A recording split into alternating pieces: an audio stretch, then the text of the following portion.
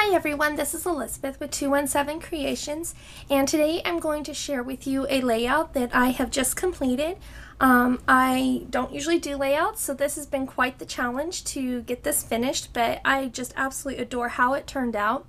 I created this layout to participate in the Cricut Circle challenge for the week. Was to do a layout, and the theme was baby, which would make you think infant, but it was actually for an acronym. So the B was for Brad's, which I did on my spinner, and the A is for aqua, and I've got plenty of that through here, and the other B was for butterflies, and I've got 3 of those on here, and the Y is for yourself, and to me that's what made this challenge the most difficult. Most of us are used to scrapping our pictures of our family, friends, our kids, our pets, or events, so to do a scrapbook page about me presented quite a challenge, and it was very nice to be pushed into that direction, but it was not easy by any means. The main thing I want to show you today in this video is how I made a couple of my elements that are on here. I'm going to zoom in for you. And this is what we're going to focus on, is how I did these tool-backed 3D flowers. You can see there's one here. I have another one up in the corner right here. And then I have this one here, where I kind of mounted the butterfly up on it.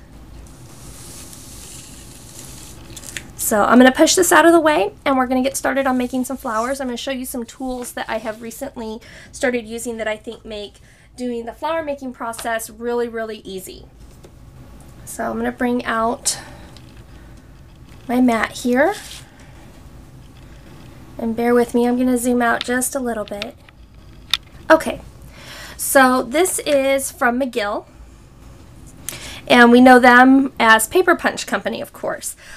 They have a new set of paper punch system with flower shapers to help build more realistic flowers.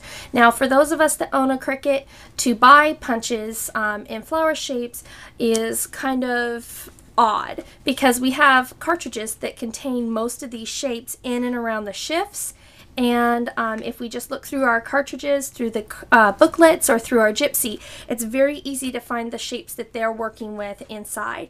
One of those shapes is this one here, and this one came from the Mother's Day bouquet seasonal, but I've seen this shape on so many cartridges, it's ridiculous. So it's very easy to find these, you just have to take the time to look for them. But this makes a fabulous base to a flower. Doesn't that look like the bottom of a flower? And I chose these leaves. All the cuts you're going to see me work with came from the Mother's Day bouquet cartridge, but like I said, you don't have to have that cartridge in order to be able to make these. This is my favorite thing that I've gotten from them, is this toolkit, and it contains 3 stylus with 2 different tips, so you actually have 6 different tips in varying sizes, so you can work with different size papers, different shapes of flowers. So it's been really, really versatile, and it makes doing the flowers so much easier. So I'm going to start with this one here. This is the 5mm, and as you can see, I've already kind of started building this flower out, so we're just going to do the last couple layers. And I'm going to take it, and you'll be able to see right away, look at that with like no time, how easy the paper curls up. You get that really wrinkled, distressed look.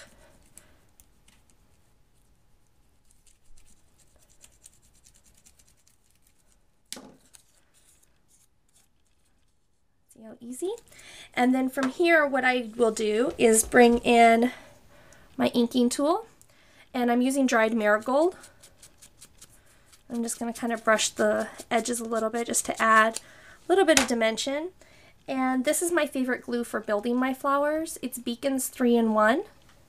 I like it because it stays wet long enough to shape, but it doesn't take that long to dry, so you can move on with your project pretty quick.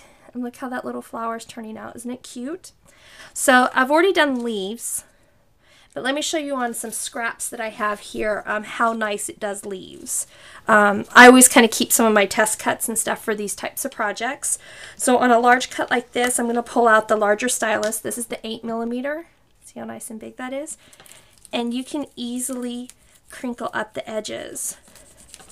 And I'll just do one side so you can kind of compare side by side the difference between one leaf and the other leaf.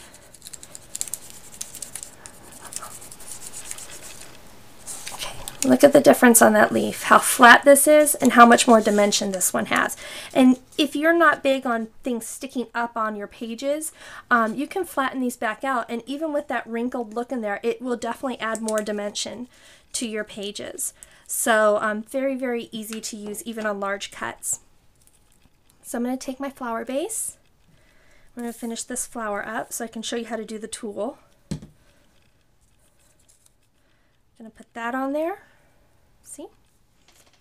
And then I'm going to attach a couple leaves. And you can see why I like this glue. It is just fabulous.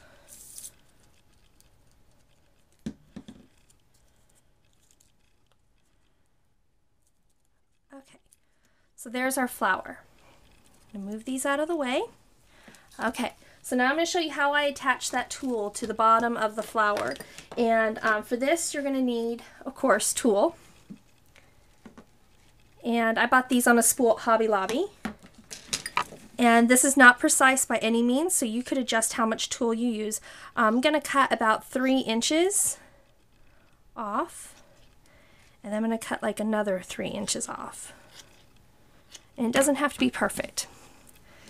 I'm going to come back out just a little bit. Okay. So I'm going to fold one of them into a square. I know this is going to be hard to see in the video, but...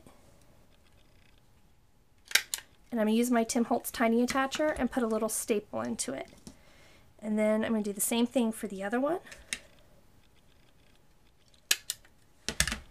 And then I'm going to take the 2 of them, and depending on how you want this to look, you could offset them from each other. You could put them in the middle. For this one, I'm just going to kind of do it in the middle and then attach the 2 together. So you've got them just like that.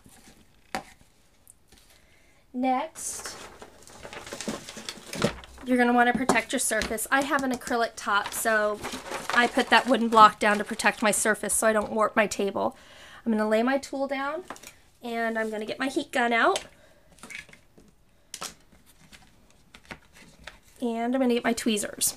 And this is a very quick process, and it takes some practice because the first few times I went to do this, I totally crinkled up the tool and ruined it. So it takes practice, but don't give up. It's really a cool technique. If you have tweezers like this that that don't open until you close them, are the best ones to use.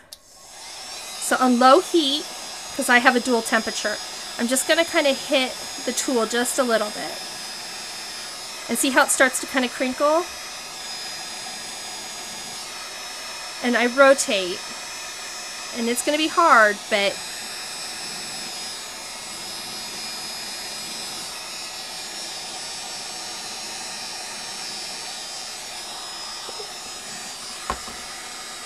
there we go. Okay, see, now we're starting to kind of get the puckering. And that's what we're going for. Okay. See how it kind of puckered up on there for me? Now I can come back in with my flower, and with a little bit of hot glue, I'm going to press the flower into the tool. And if you've got some pieces that are sticking up, just come back with a little more hot glue.